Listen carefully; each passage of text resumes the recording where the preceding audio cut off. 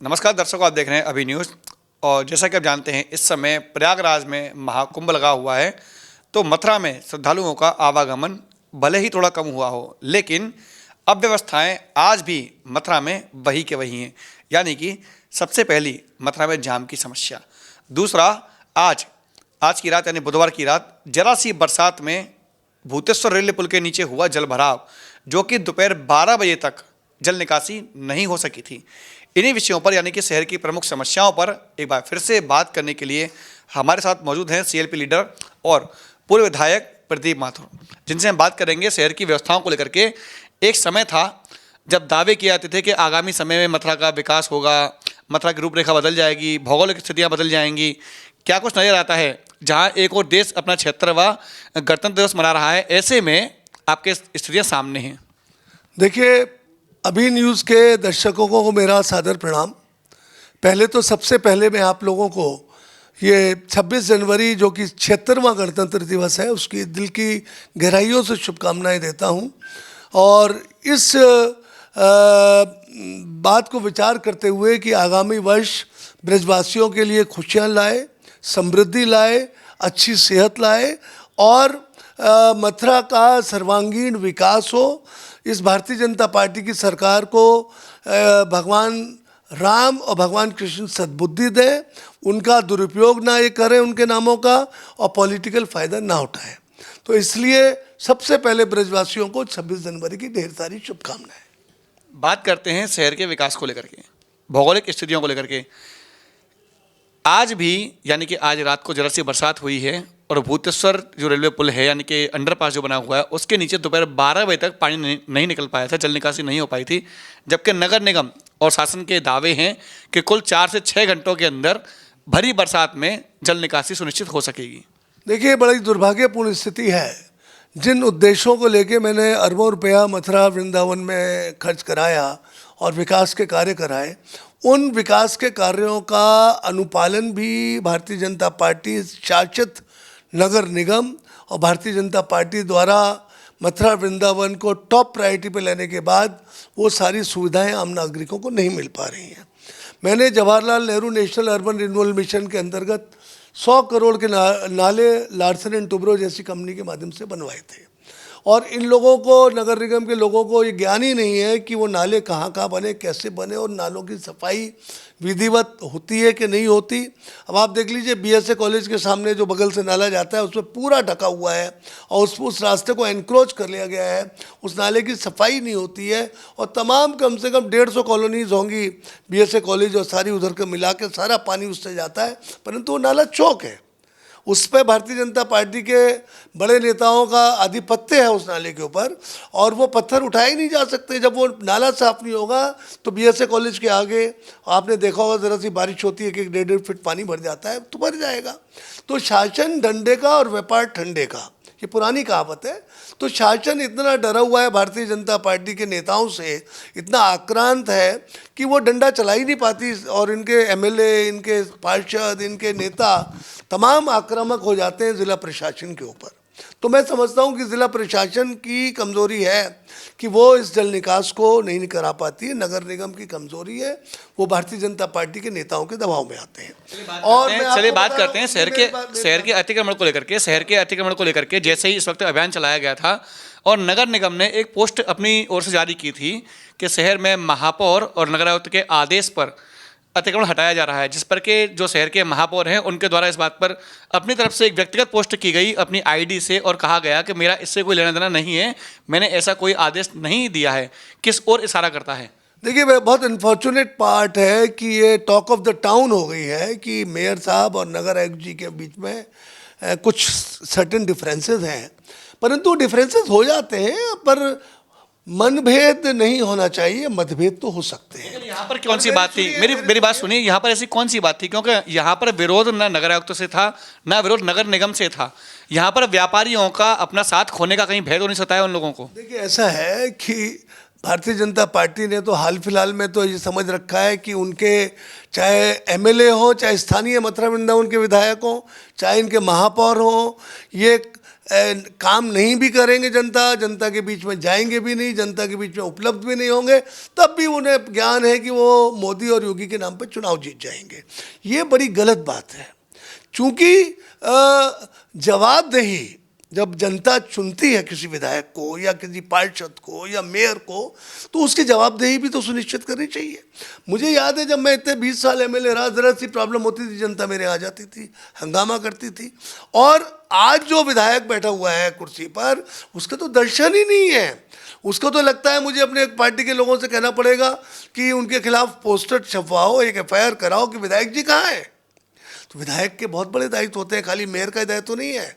मैं एक एक चीज़ को मॉनिटर करता था। आपको 4 लेनिंग ऑफ द रोड्स दिख रही है, सारी मेरी कराई हुई।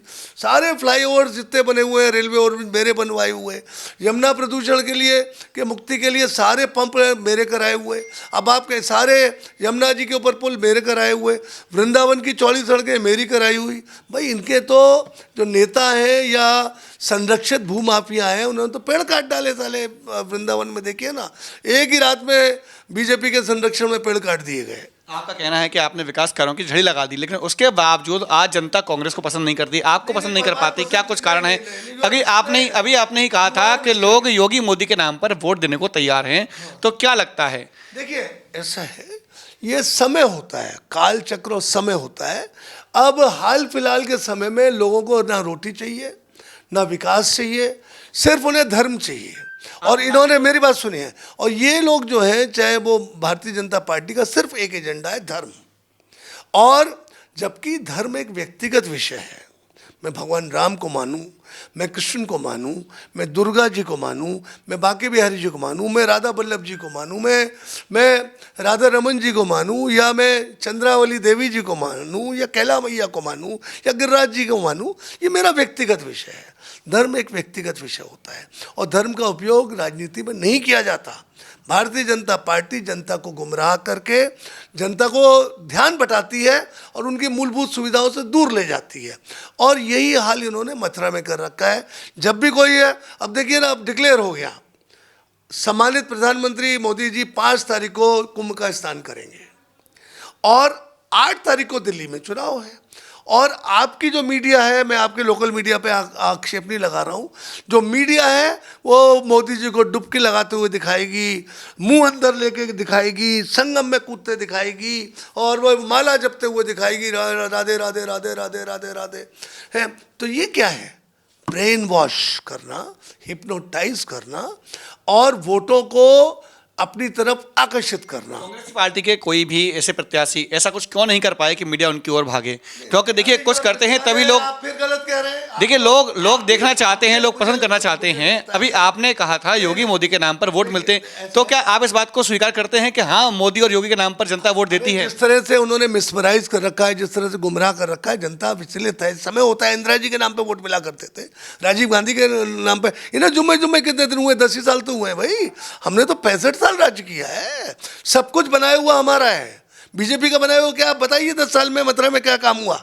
एक काम भारतीय जनता पार्टी ने कराया हो, भारतीय जनता पार्टी के जनप्रतिनिधियों ने कराया हो मथुरा वृंदावन में, तो मैं कुछ भी लिखने को तैयार हूँ।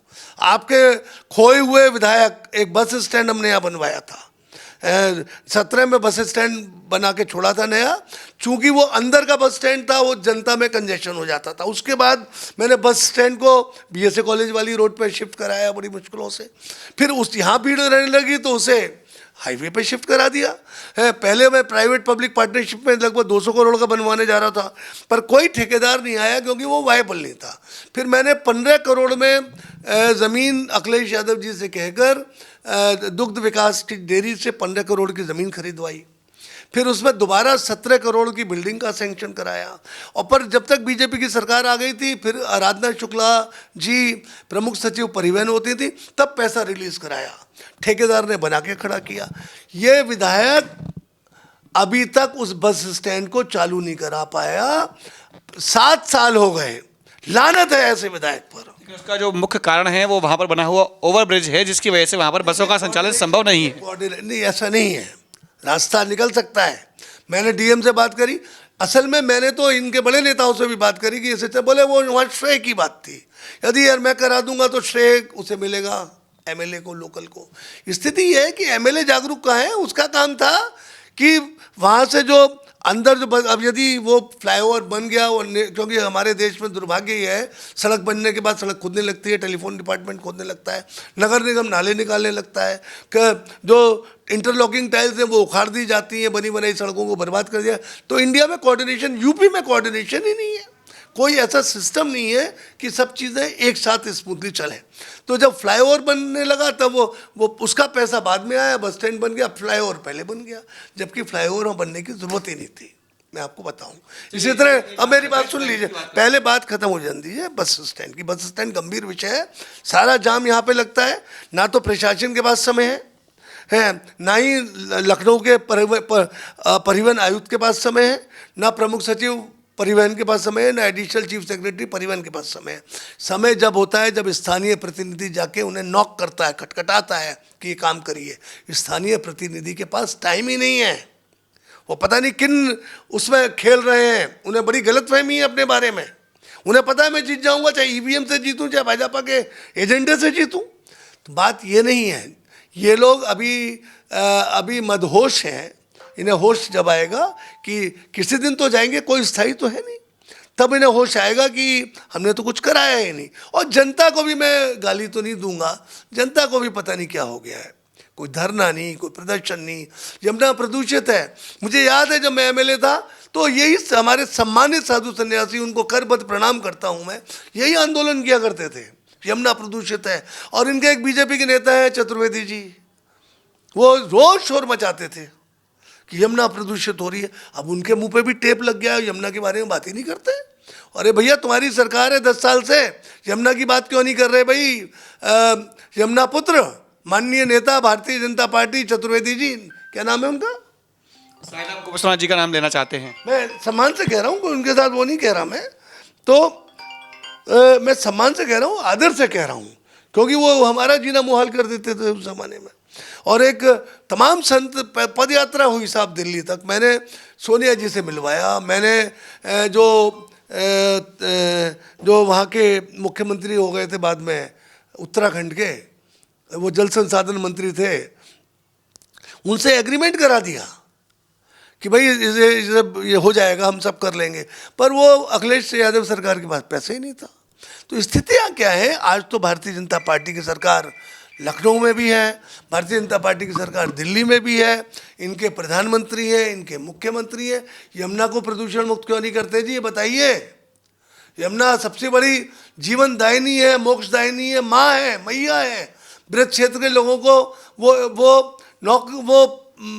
भोजन देती हैं, उनका आजीविका का संसाधन है हमारी यमुना मैया। पर भारतीय जनता पार्टी के लोगों पर के मुंह पे टेप लगा हुआ है और बोलना नहीं चाहते। जैसे ही विपक्ष में बैठेंगे शोर मचाना शुरू कर देंगे। तो ये दोहरी नीतियां नहीं चलने वाली हैं, समझे आप? और पूछिए, आप क्या पूछना चाहते हैं? बात करते हैं मथुरा की ट्रैफिक व्यवस्था को लेकर के, क्योंकि जब भी यहाँ पर मुख्यमंत्री योगी आदित्यनाथ जी आए थे, उनका भी ये कहना था कि मथुरा में, वृंदावन में जो ट्रैफिक की व्यवस्था बिगड़ी हुई है वो सुचारू होनी चाहिए। लेकिन आज भी स्थितियाँ जस की तस हैं। देखिए ऐसा है, एक तो नियम कानून का पालन हम ही लोग नहीं करते हैं। यदि रेड लाइट्स भी लगी होती हैं तो उनका अनुपालन नहीं हो रहा। ट्रैफिक पुलिस जेब में पैसा लेने के लिए खड़ी रहती है, चालान करने के लिए नहीं रहती।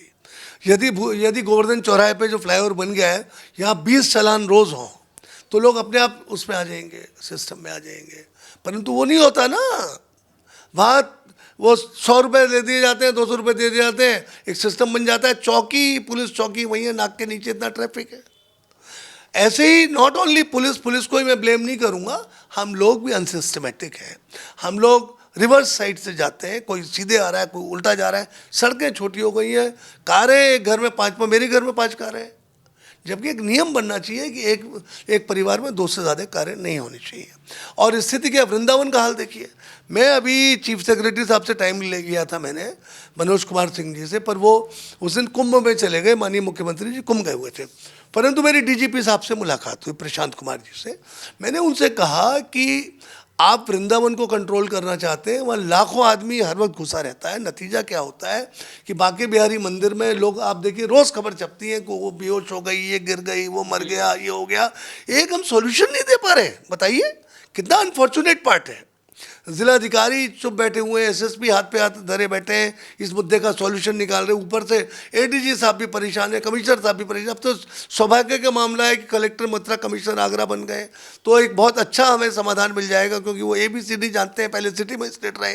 परंतु उसका समाधान ये है कि आप बिहारी जी के मंदिर के दर्शन ऑनलाइन कर दें, 50,000 लोगों से ज़्यादा लोगों को वृंदावन में एंट्री ना दें, और एक सिस्टम 1 वे बना दें बिहारी जी के मंदिर में, और लोग दर्शन करते जाएं। 25,000 लोग सुबह की पारी में, 25,000 लोग शाम की पारी में, और जो बाकी देश के जो बिहारी जी के भक्त हैं वो अगले दिन का इंतजार करें, उनका वेटिंग लिस्ट। वैष्णो देवी में भी तो हम जाते हैं, वहाँ पे भी तो दर्शन की लाइन लगती है, उस हिसाब से हम जाते हैं।